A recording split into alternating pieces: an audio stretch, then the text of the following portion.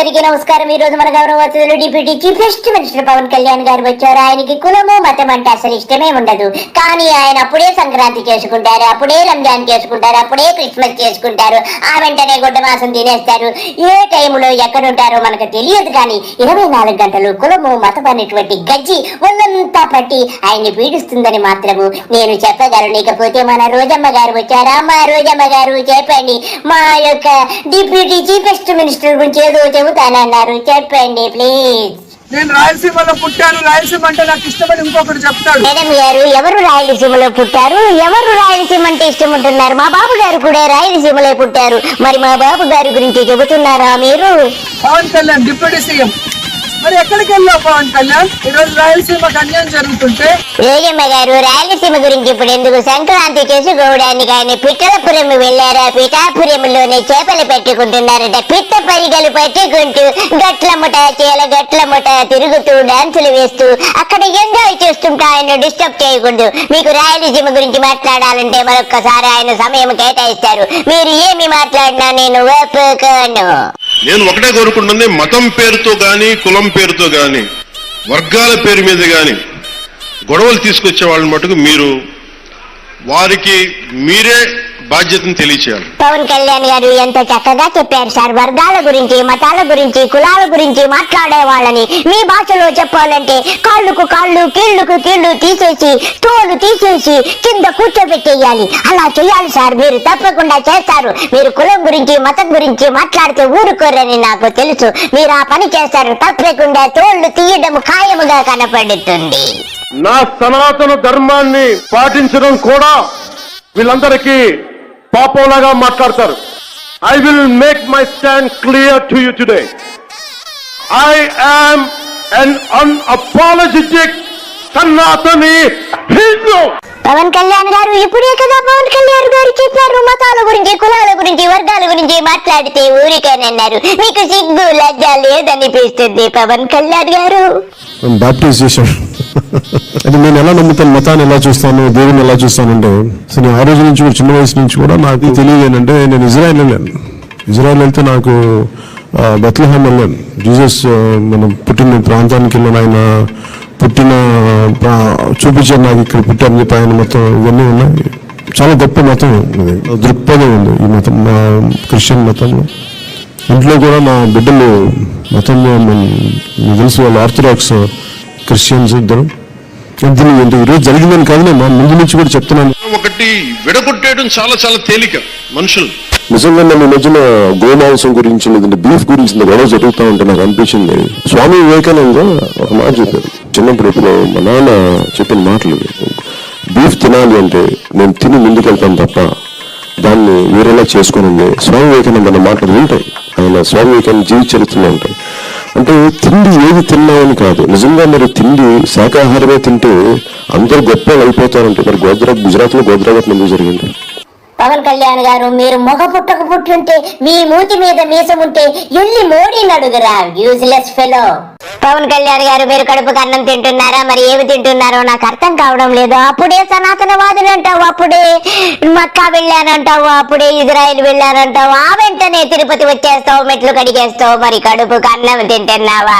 మరి ఏమి తింటున్నావు పవన్ కళ్యాణ్? నీకేమన్నా మతి భ్రమించిందా? అసలు నీది ఏ కులము, ఏ మతము? అసలు నీకు మతము తెలుసా, కులము తెలుసా? నీ బతుకుషడా, నీ బతుకుషడా. మనుషుల్ని ఎలాగా కులాలు కులాలు కులాల గురించి మాట్లాడతారు. మనుషుల్ని ఎలాగా కులాలు కులాలు కులాల గురించి మాట్లాడతారు. కానీ మనం ఇంత చదువుకొని ఇంత జ్ఞానం ఉండి కూడా ఇంకా కులాల గురించే మాట్లాడుకుంటాం. చేసి కొంతమంది కూర్చోబెట్టి నేరో కన్ఫైన్మెంట్స్ ఆఫ్ కాస్ట్ వీటన్నిట్లు వెళ్ళిపోతే you will miss the integrity of nation. Deputy chief minister గారు, మీకున్నటువంటి ఇంగ్లీష్ పరిజ్ఞానం నాకు లేదు. కానీ నీ అంత కులపిచ్చున్నోడు ఈ ప్రపంచంలో ఎవడు ఉండరా? తోని బతుకొచ్చాడా? కాపు, తెలగ, ఒంటరి బలిజలకి చెప్తున్నా, మీరు ముందుకొస్తే తప్ప ఈ రాష్ట్రంలో మార్పు రాదు. మీ పెద్దలతో మాట్లాడంటే మీరు ముందుకొస్తే తప్ప ఒక శెట్టి బలిజ సోదరులు బయటికి రాలేరు. మీరు ముందుకొస్తే తప్ప తూర్పు కాపులు బయటికి రాలేరు. మీరు ముందుకొస్తే తప్ప కొప్పిలి వెలమ కులస్తులు బయటికి రాలేరు. మీరు ముందుకొస్తే తప్ప మైనారిటీల అభివృద్ధి జరగదు. సో ఇంత బాధ్యత కాపు తెలగ ఒంటరి బలిజ సమూహాల మీద ఉంది, మీ నాయకుల మీద ఉంది. ఈసారి చెప్తా ఉన్నాను, కాపులు, ఒంటరులు, తెలగ, బలిజలు మీరు పెద్దన పాత్ర వహించాలి సమాజంలో. కమ్మ సామాజిక వర్గానికి జనసేన వ్యతిరేకం కాదని చెప్పడానికే నేను తెలుగుదేశం పార్టీకి మద్దతు ఇచ్చాను, అది గుర్తుపెట్టుకో. వీడికి 24 గంటలు కులము గజ్జిలాగా తామరలాగా ఒళ్ళంతా అల్లుకుపోయిందని చెప్పడంలో ఎంత మాత్రం సందేహం లేదు. ఈ 24 గంటలు కులాలు ఎవడి కులమేంటి అని చెప్పి కనుక్కుంటా వీడి కుల గజ్జని 24 గంటలు ప్రదర్శిస్తూ ఉంటాడు. వీడంత నీచ రాజకీయ నాయకుడు ఈ ప్రపంచంలో ఉన్నాడు, ఈ కుల గజ్జి కుక్క. ప్రతి ఒక్కరికి ఆవేదన ఉంది కానీ ఎక్కడో లొంగిపోతున్నారు. తూర్పు కాపులకి కాదు, ముఖ్యంగా బీసీ కులాలకి అన్నిటి తరపున నేను ఈరోజు ఈ సందర్భాన్ని పురస్కరించి చెప్తున్నాను. మీరు దీన్ని ఎక్కడో మార్చుకోకపోతే, మీలో కొత్త నాయకత్వాన్ని మీరు తెచ్చుకోలేకపోతే, నాలాంటి వాడు ఉన్నా కానీ నిష్ప్రయోజనం అయిపోయింది. గత చరిత్ర తీసుకుంటే బ్రిటిష్ కాలం నుంచి కూడా ఇప్పటి వరకు కాపుల్ని ఎప్పుడు విభజించి పాలించి ఎంతసేపు వారిని దేహి అనుకునే పరిస్థితి తప్ప వారి సంఖ్యాబలాన్ని, అధికారాన్ని శాసించే స్థాయిలో ఉండాల్సిన వాళ్ళు యాచించే స్థాయిలో పరిస్థితిలో పెట్టేశారు. పేర్లు ఏదైతేనే అన్యాయం నిరంతరంగా సాగుతుంది. ఇంత సంఖ్యాబలం ఉండి బ్రిటిష్ వారి నుంచి ప్రారంభమైంది ఈ రోజు దాకా వీరిని, ముఖ్యంగా ఈ కాపు సమూహాలని, కాపు బలిజ తెలగ ఒంటరి సమూహాలని ఎంతసేపు యాచించే స్థాయిలో పెట్టేశారు. ఏం బతుకురాని, ఏ ముహూర్తంలో పుట్టావు, ఇంకా ఎందుకు కావాలని బురద పొలుకుంటావు. నేను నానా మాటలు నువ్వేంటో నీ భవిష్యత్తు చూసుకోకుండా వాడు బాగుండాలి, వాడు బాగుండాలని 24 గంటలు ఇచ్చేది. చిరంజీవి గారు మిమ్మల్ని అనాలి, మీకు సిగ్గుంటే ఆడు అలాగెందుకుంటారు? చిరంజీవి గారు మీరు సిగ్గు లజ్జ లేకుండా ప్రజారాజ్యం పార్టీని పెట్టేసి అందరి కొంపలు ముంచేసి అందరిని ఎత్తిన గుడ్డేసేసి కాంగ్రెస్ లో కలిపేసి వెళ్ళిపోయావు చూడు. నిన్ననాలరా ఆడ అలా తయారవడానికి నువ్వేరా కారణము, ఆడింత లుచ్చాగాడైపోవడానికి కారణము నువ్వేరా. వాడికి నీకు కులగజ్జి అంతా ఇంతనా, మీ నిలువెల్లా కులగజ్జి, మీ బతుకులు ఇచ్చాడా. ఈ రోజున మనం మాట్లాడుకోవాల్సిన రైతాంగం గురించి గౌరవ మంత్రివర్యులు civil supplies minister Nadendla Manohar గారు ఆధ్వర్యంలో కూర్చోబెట్టి స్మగ్లింగ్ చేయడానిక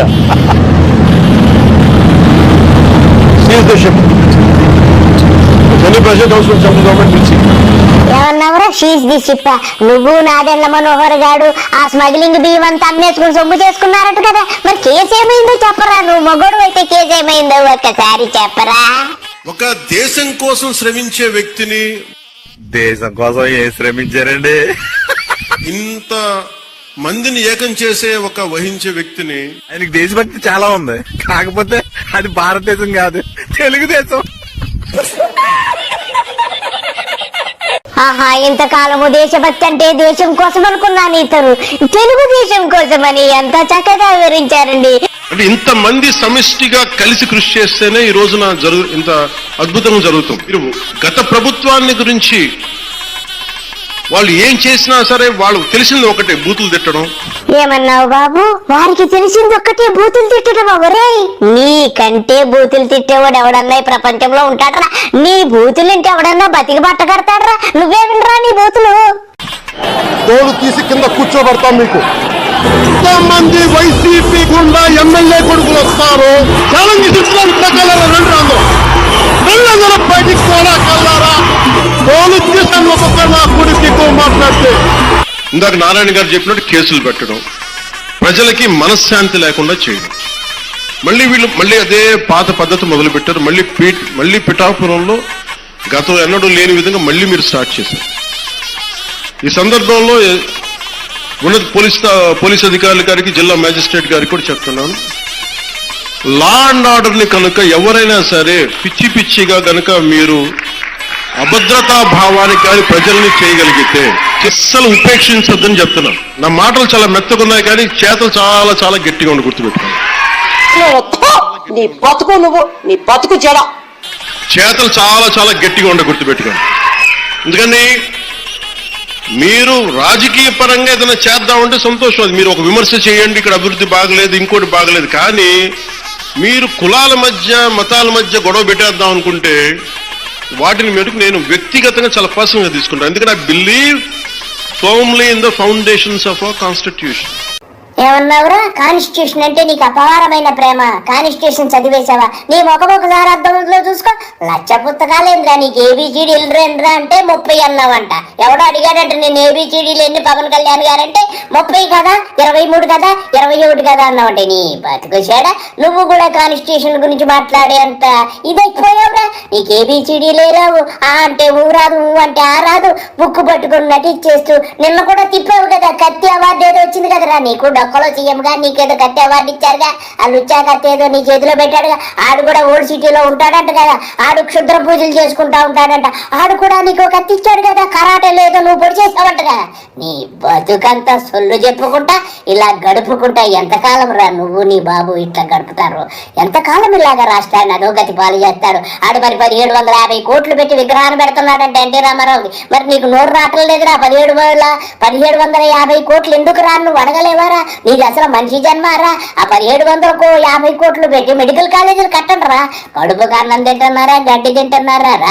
ఎంత గట్టే రాష్ట్ర ప్రజలు తిరగబడ్డారనుకో. నువ్వు అన్నావు చూసావా? ఒక రోజు వస్తుందిరా. ఆ రోజు అతి త్వరలో ఉందేమో అనిపిస్తుంది. ఎందుకురా ఇలా రెచ్చిపోతున్నావురా పిచ్చి కుక్కలాగా? అందరికీ నమస్కారము. బాయ్.